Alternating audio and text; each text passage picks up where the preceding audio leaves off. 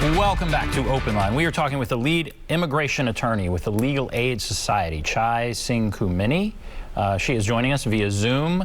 We were talking about children who are in abusive and unsafe situations, and you brought up something called special immigrant juvenile status. Tell us a little bit about that. What does that mean, and what's that all about? Yeah, so in an earlier segment, I explained that the green card process is a two-step process. First is the qualifying circumstance or relationship, and the second step is the green card application itself. So SIJS, Special Immigrant Juvenile Status, is the first part of that process. And it's, again, available to kids who've been abused, abandoned, or neglected by one parent or both parents, and they are in either state custody or have been placed into someone else's care by the state. And that allows, so if they apply and they are approved, it allows them to eventually get the green card. Unfortunately, there are only about 10,000 visas available for that per year. And like in 2015 to 2019, about 100,000 children applied for that. Wow, so there are only 10,000 and 100,000 applied. And on top of that, there is a country quota, 7% country quota within the immigration system, meaning that each country gets about 696 visas per year of the SIJS. So if you are from a country that has a high number of applicants, that includes El Salvador, Guatemala, and Honduras, the wait can be 5 years before you're allowed to apply for a green card. So you have an approved SIJS, but you're not allowed to apply for a green card because there's not a visa available. So prior to May the 6th, there was nothing you can do.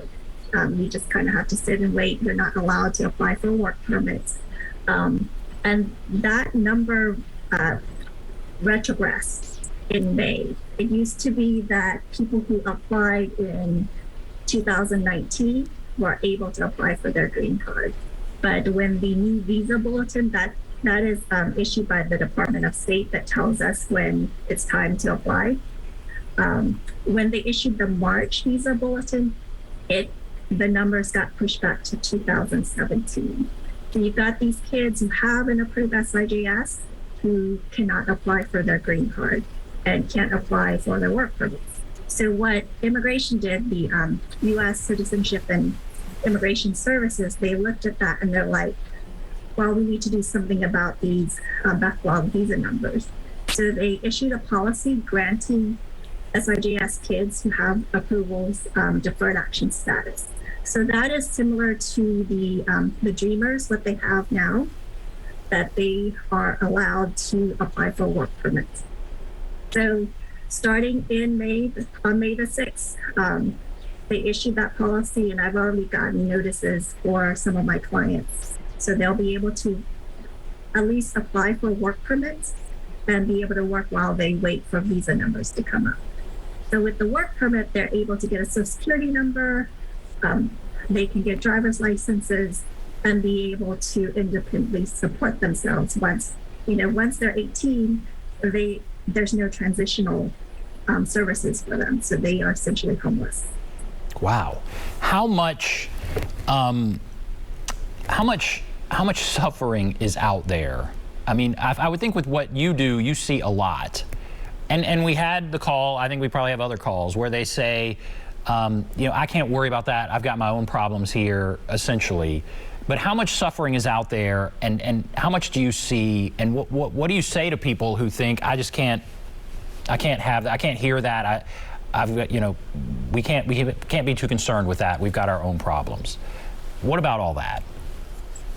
There is a lot of suffering, and there's a lot of bad people out there who want to hurt others. And it's not, the hardest thing is seeing parents, abuse their own children, and children as young as 2.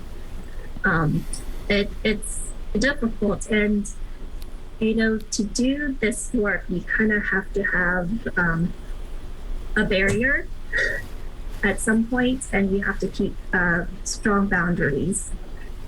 Otherwise, it's a very difficult job. I try not to take this home with me, and I try not to think about all the terrible things that have happened to my client.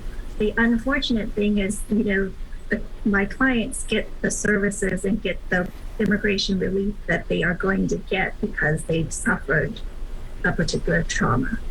It's not like they won the lottery to get this green card. It's, they were beaten to the point where they are no longer, a 2-year-old who's beaten and life-flighted, and they are no longer able to speak because of that abuse. That is not, not a good situation. But, and I, excuse me, and I completely understand how people don't want to think about those things. And they don't necessarily have to. I think the biggest thing is just have compassion and be understanding that people have all different type of situations, and to kind of view things not necessarily from your own individual lens, but to kind of not necessarily understand what that person has gone through, but be able to be open-minded about it. Very interesting. We're putting up, want more information and a number. You gave us a 1-800 number earlier, right? And so in the final minute, if people do want more information, what do you recommend? To call that 1-800 number and be very specific that you want immigration help and that you are a victim of domestic violence, sexual assault, or human trafficking.